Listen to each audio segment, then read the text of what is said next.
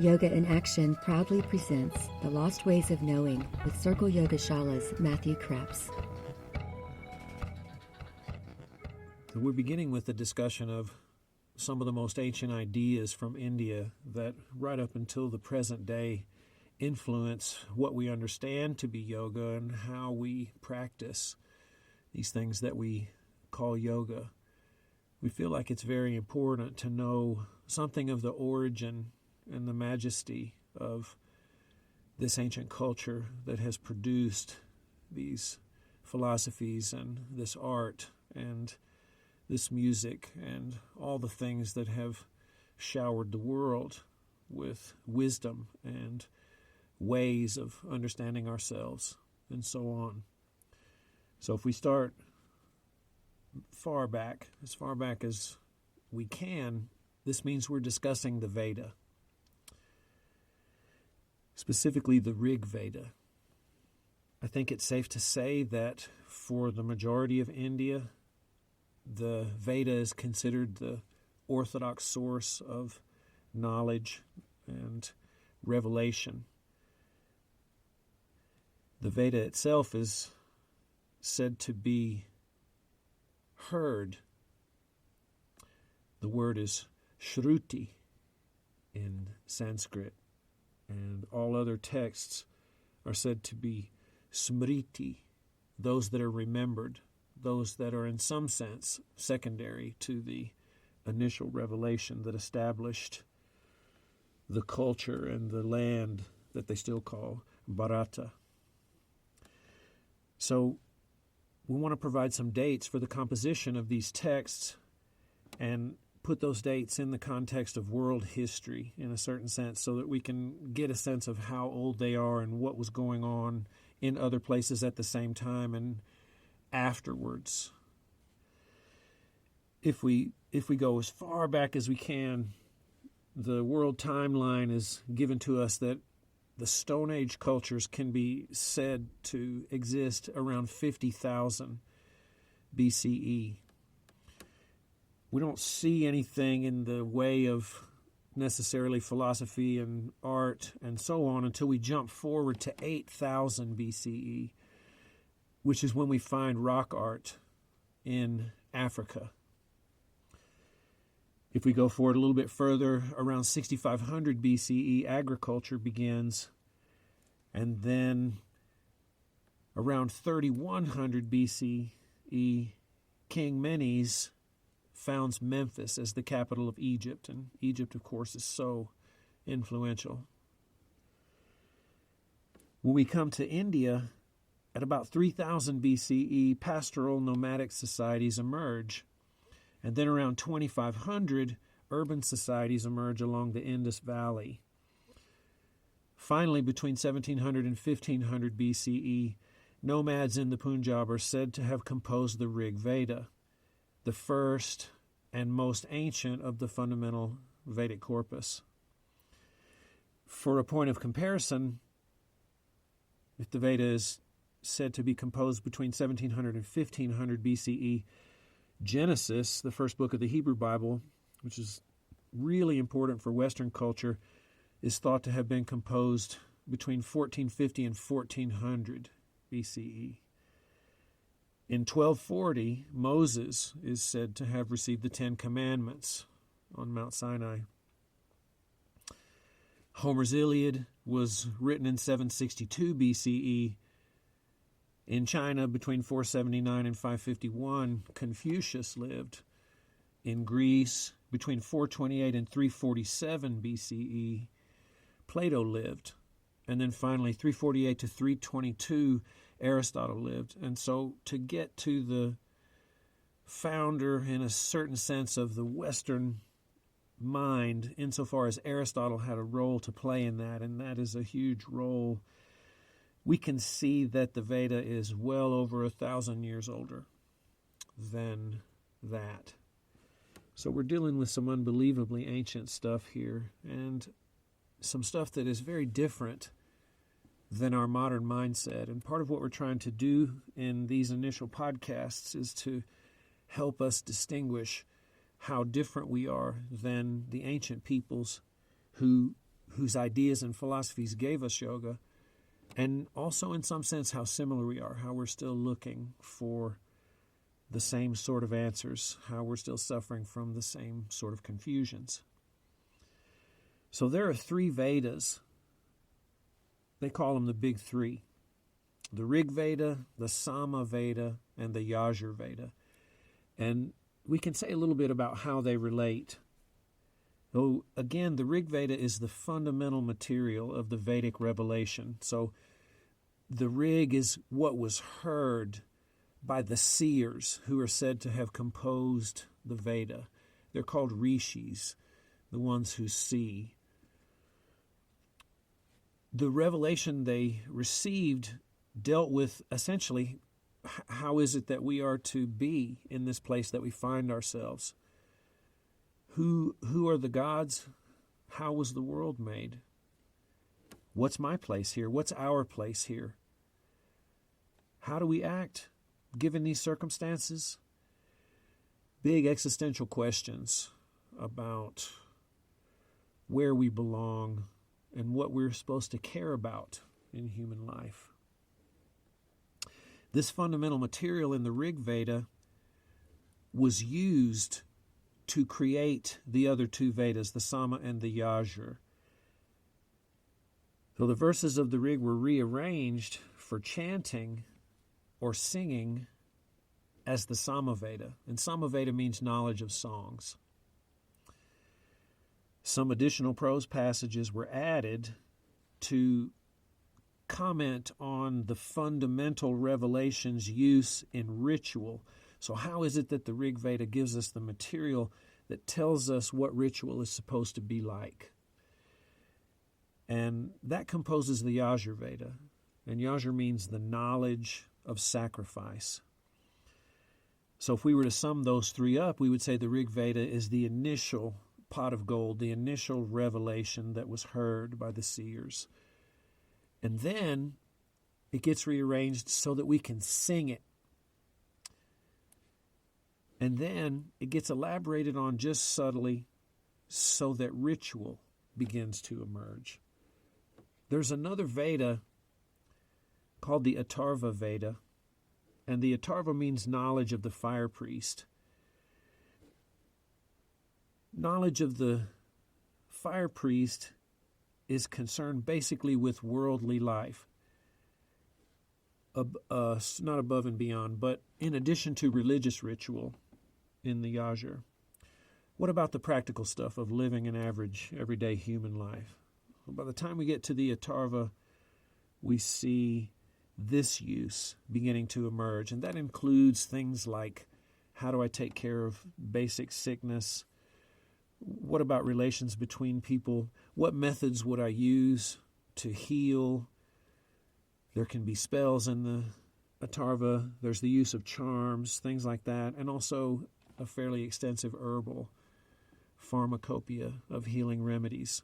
And the Atharva is important because Ayurveda references the Atharva as one of the main sources for its understanding and knowledge. You see the word Veda is in Ayurveda, and that word Veda means knowledge, and Ayur sort of means life, and so it's knowledge of life. And the Atharva kind of forms a matrix out of which that stuff happens. So given that we see that the word Veda means knowledge, we're going to try to drill down into that to get a sense of what the vision of the world really was like for these people, insofar as we can. So we want to ask, what is Vedic knowledge? In order to answer that question, we have to talk about something called soma, the elixir of immortality, the real focus of the Veda. One could make a statement, in essence, that the Veda is about soma. And as bold a statement as that is, it has truth behind it. So the soma is part of the Vedic sacrificial triad. The soma is a liquid. It is, quote unquote, pressed from a particular plant, and this plant has not been identified with any certainty up until this point, although there have been many that have tried to do it. Many have tried to associate it with the Amanita muscaria. I think that mushroom is the mushroom that some have speculated about, and that connection is important because the soma is a liquid that when you drink it, it produces ecstatic states, what many of the translators call rapture. So, in addition to rapture, soma is also called, quote, the vigor of the gods. So this means that the divine ones receive their vigor from this particular liquid, this mysterious elixir. And because humans need to make the sacrifice, they need soma. And because the gods are also making sacrifices, and because they receive their vigor from soma, everyone's eyes are focused on this particular object. All the actions of everyone can in some way be traceable to this desire or the need that both the gods and humans feel for soma. Now we see ardor or rapture, I said. We see vigor, right? Rejuvenation, the sense of being really alive as traceable to this liquid. But there's more. Soma not only induced a particular ecstatic kind of intoxication, it also encouraged truth. So here's a hymn from the Rig Veda that comments on this notion, the relation between soma and truth. For the one who knows, this is easy to recognize.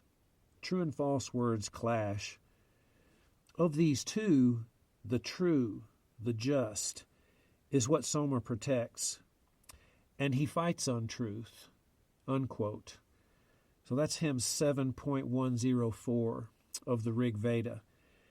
And so we're close now to having an initial insight about what Vedic knowledge is. It's this double gift. Sometimes I say the 1-2 punch of rapture or ecstatic experience, but also the true word. Robert Colasso, one of the great translators, one of the main scholars who figures heavily in our study, says that these two things, rapture and knowledge, distinguish Vedic knowledge from modern forms of knowledge.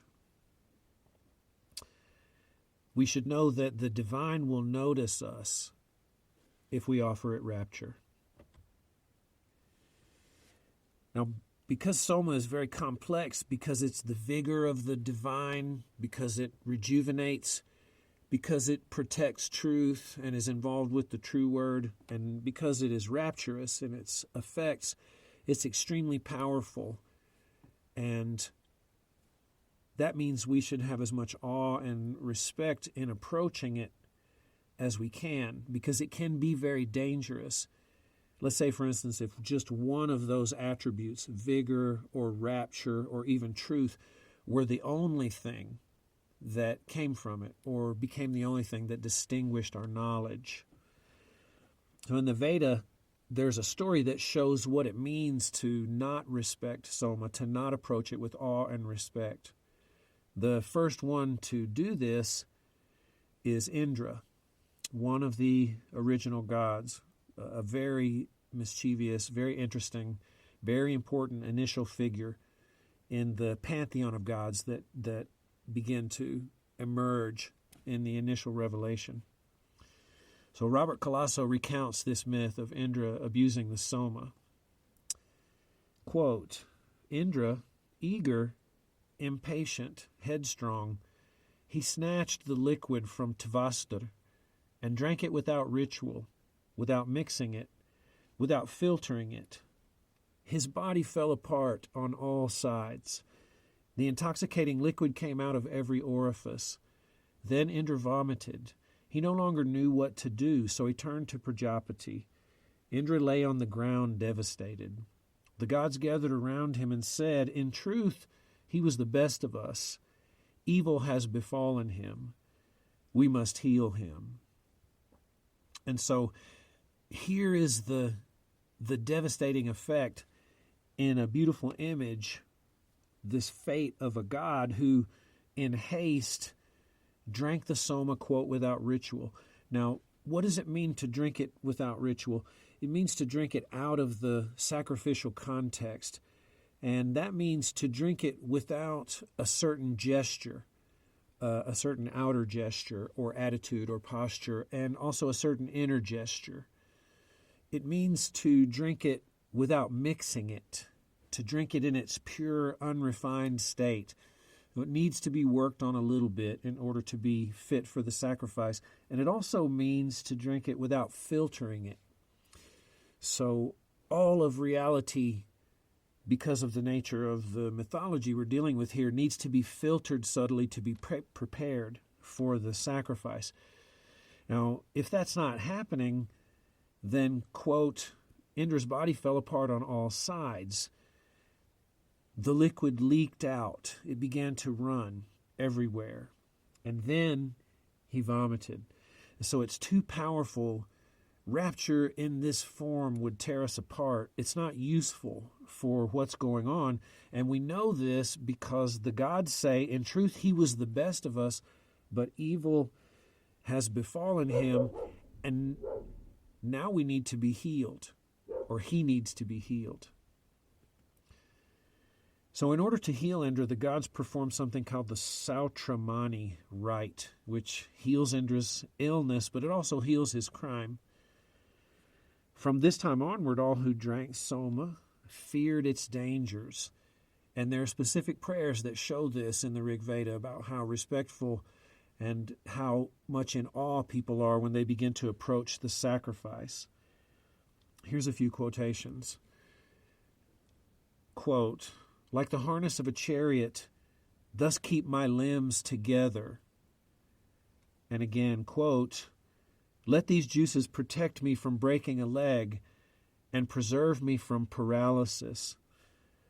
So we're hoping that when we receive rapture, that our limbs will stay together, unlike Indra's, that we'll retain our integrity somehow. And we also are basically asking to be protected from the effects of a certain divine drunkenness. It's interesting here that someone knows that we might break a leg in this ceremony because of the state we're in, or because the rapture is so deep and so powerful that we become paralyzed. So if we're thinking about what it means to approach soma in a particular way, it begins with a desire, and it begins with a desire for rapture and truth. And then we would approach with something like awe and respect, and we would request that this rapture come to us. But we're requesting in a way where that rapture would be applied perhaps with the precision of a surgeon, so that it would go specifically to what is needed, to illuminate what is important, to be able to help us rather than blowing us apart or paralyzing us. Now, we've already mentioned that the word Veda means knowledge. We know that that knowledge is rapturous and truthful. And we know that it will be vivifying. It will be life-giving. That's basically knowledge of the sacrifice, knowledge of how the cosmos works, and knowledge about how the sacrifice is to be performed. Now, if we dig deeper into this, we find a structure that's important to understand. So what would the structure of the Vedic sacrifice be? Well, there's two primary parts of the structure. One is the higher and one is the lower. We could call the higher the macrocosm, the realm of the divine, and we could call the lower the human realm, or the microcosm, the realm of manifest reality. What's interesting is that there's no, in the Vedic context, the strict Vedic context, there's nothing that guarantees that these two will be connected in a certain way. They are mirrors of one another, very much like mirrors that face one another. But they need a mediating term. in order to facilitate a flow of information, in order for the human to receive information from the divine, and in order for the human to send information or nourishment, right, to the divine. And this mediating term is the sacrifice. So the Vedic sacrificial structure is composed of macrocosm, microcosm, and a sacrifice in between that great scholars like Mircea Eliade call the microcosm, or the middle realm.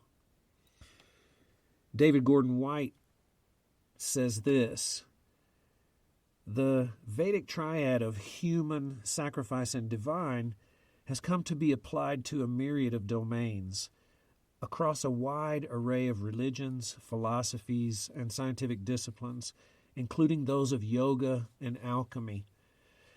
And so it's very important to understand that this trinary structure, that is a dynamic structure, goes forward in history and becomes appropriated in different systems, like when we talk about the Upanishad, and when we later talk about the Bhagavad Gita, and when we later talk about Hatha Yoga and Tantra and alchemy, leading up to the present. We're going to need to keep in mind this three-part system that is ancient and is the key to understanding the Vedic imaginary. Though this sacrificial triad goes forward in history and goes to different contexts, it takes on new meanings, but it also is the case that it retains a certain essence. So what is that essence? David Gordon White again says, throughout the history of Indian thought, no set of concrete elements has been as pervasive as the sacrificial triad of fluid, fire, and air, or rasa, agni, and vayu. So fluid, fire, and air are another way of seeing the relation between the divine and the human, and the sacrificial mediating mechanism in between. The fluid in this case would be the soma, the vivifying, intoxicating, truth-protecting element of the sacrifice. The fire, of course, is that which transforms, and the air, of course, is that which feeds the fire. So this is simple to understand in a certain way, and it's important because remember that the microcosm is a reflection in a way of the macrocosm, and that means this three-part structure is essential to the microcosm. So if you have a fire, the fire needs to eat. It needs to have something that it will burn. It can't just live on air. And so fires need food. They need food to burn, and they need food to cling to keep the flames grounded. But fires also need air. And so if you want to kill a fire, the fastest way to do it is to cut off its air.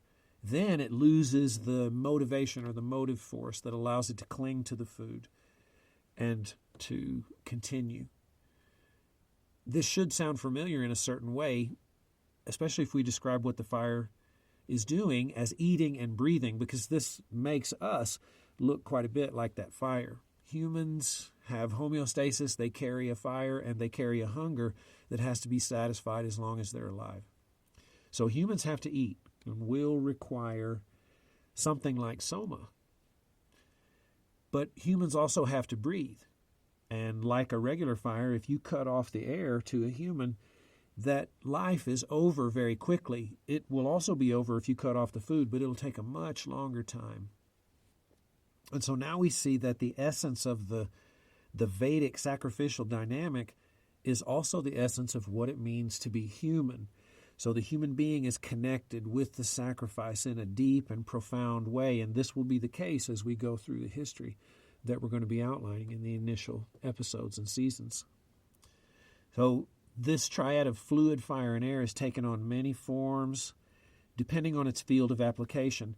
Let me give you an idea about what some of those forms are. Moon, sun, and wind. So the moon would be the correlate of soma, the sun would be the correlate of the fire, and the wind would be the correlate of the air. In the context of Tantra and alchemy, we have two triads that are really important. One is reproductive tissue or semen, blood, and breath. In this case, the reproductive tissue is an analogy or a homologue of soma. The blood is a homologue of fire, and breath, of course, now is the homologue for wind. Also in alchemy, you have mercury, sulfur, and air, and those basically move through the same values.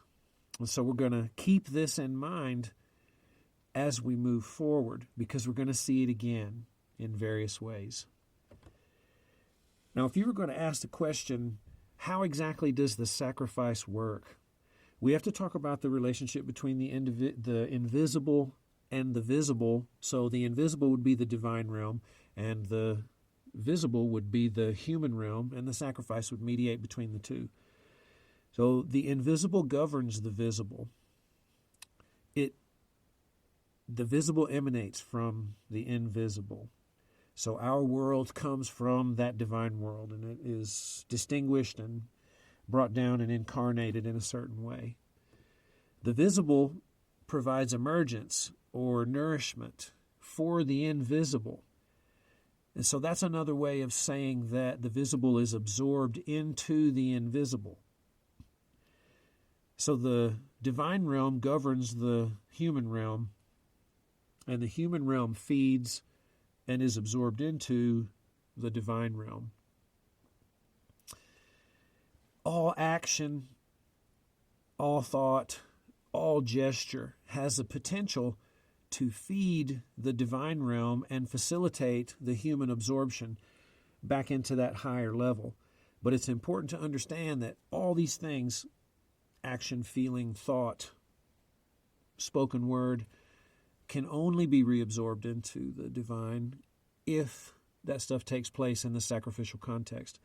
David Gordon White gives us another image to help us understand this. Quote, "A pot broken in this world, that is in the sacrificial context, becomes a whole pot in the world of the gods."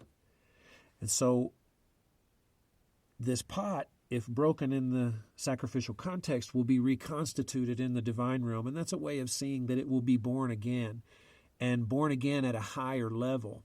And this is what the Vedic people were hoping for when they engaged in the sacrifices. They were taking positive action on their own behalf, hoping that they could accrue a store of good karma so that their birth would be better in the next life. So if we want to really dig in to see how the sacrifice works, things that dissolve in this reality, this mundane reality, are reabsorbed and reconstituted, i.e. born again at a higher level, if that dissolution takes place in the sacrificial context.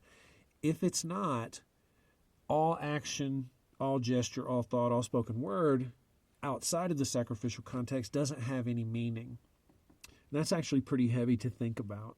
I remember the first time that I read that those humans who do not partake in the sacrifice are actually considered to not exist. So they're not real. They're not what they're supposed to be, because everything they do is outside of this knowledge that the sacrifice produces. So it's a pretty devastating vision of ignorance, and also a tremendous feeling of weight and responsibility to know that I can be reconstituted, I can take positive action on my own behalf, but it's going to have to be in a very interesting scenario, a very careful, surgically precise scenario. It's going to have to be composed, fueled by, in other words, rapture and truth. So we wanted to leave you with a story about this sacrificial context and the knowledge that it brings. Well, this is a very interesting story that is about a young boy who has to learn a very difficult lesson. So it's the story of Buddhagu, who is the son of Varuna, one of the supreme gods. So here we go. Consumed by the arrogance of knowledge, the young son of the supreme god Varuna was sent off by his father into the world to see what knowledge alone could not reveal, to find out how the world itself is made. Without this, all knowledge is pointless. In the east, Buddhaguru came across men who were slaughtering other men. Buddhaguru asked, "Why?" They answered, "Because these men did the same to us in the other world."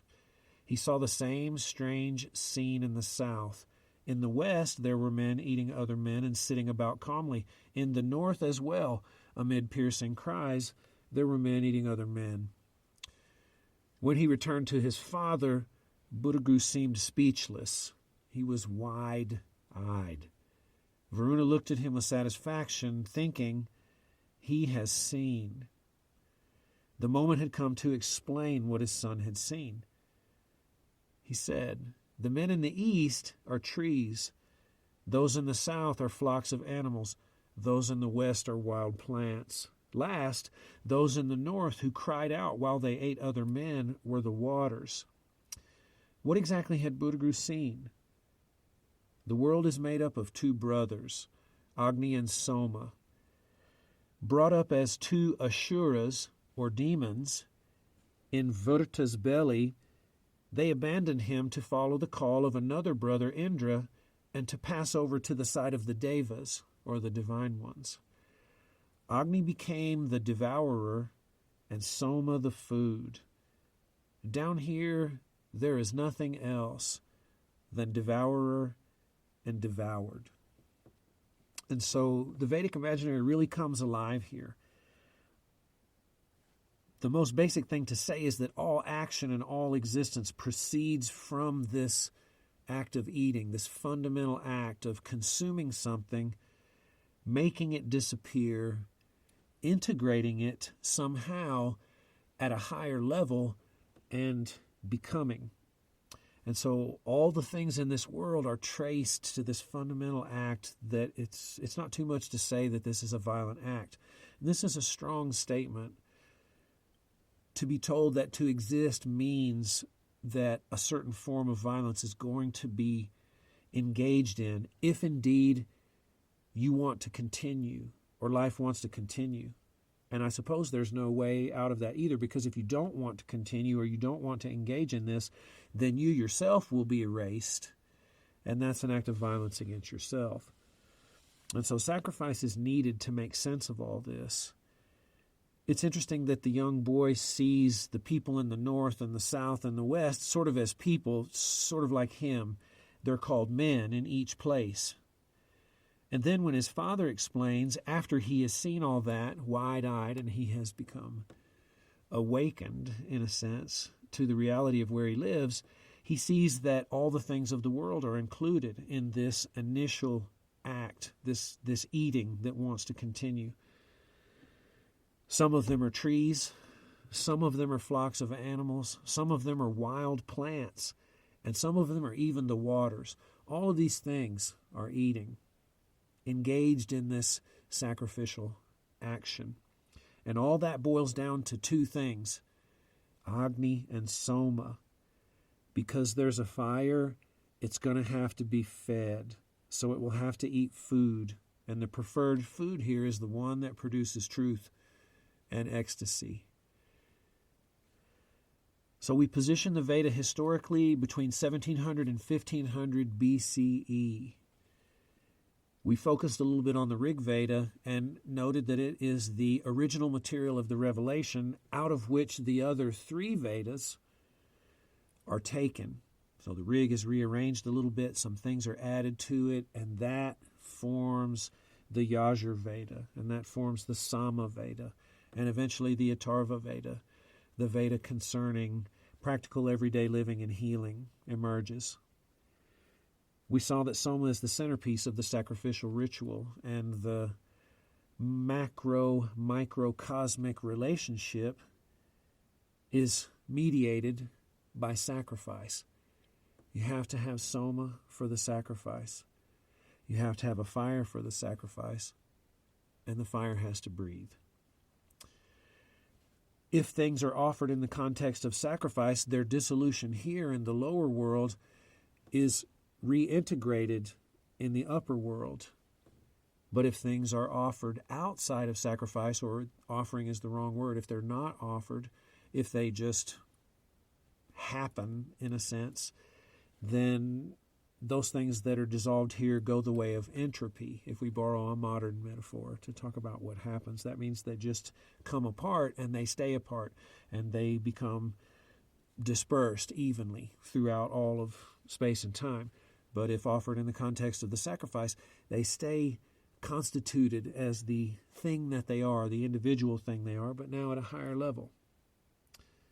We saw that all acts follow from eating, and nourishment is a form of violence that everyone takes part in simply through their existence. Now, this stuff is important because I'm going to say a few things without going too deeply into it and let you come to all of the podcasts to see the details. So modern yoga itself is an iteration of the Vedic sacrifice. Modern yoga is seeking the kind of understanding that the Vedic people were seeking. Modern yoga is involved with samadhi, ideas that are very similar to rapture and ecstasy. Modern yoga also is involved with satya and ideas of truth and ideas of clarity and discrimination. And so we really see the same thing happening here. I'd say that modern yoga is an evolved form of this Vedic sacrifice that has been internalized and refined in some sense. It's still a ritual of tending fire that we call tapas now. We have to feed that fire of food. Now we feed it our own ignorance. We feed it what the Yoga Sutra calls klesha, or our afflictions. And this process is guided by pranayama, most essentially. So the breath is the thing that still makes the fire alive so that it can continue to eat and grow. And so I hope this has been interesting for everyone. Please stay with us. Let us know what you think. God bless all of you, and we'll see you next time. Thank you for listening to Yoga in Actions, The Lost Ways of Knowing. To engage more, visit Circle Yogashala, a school for yoga, creative movement, and self-inquiry in Arkansas's Ozark Mountains at circleyogashala.com. Offerings range from teacher training, an internationally accredited yoga therapy program, to a quarterly publication, a comprehensive and integrative body of literature.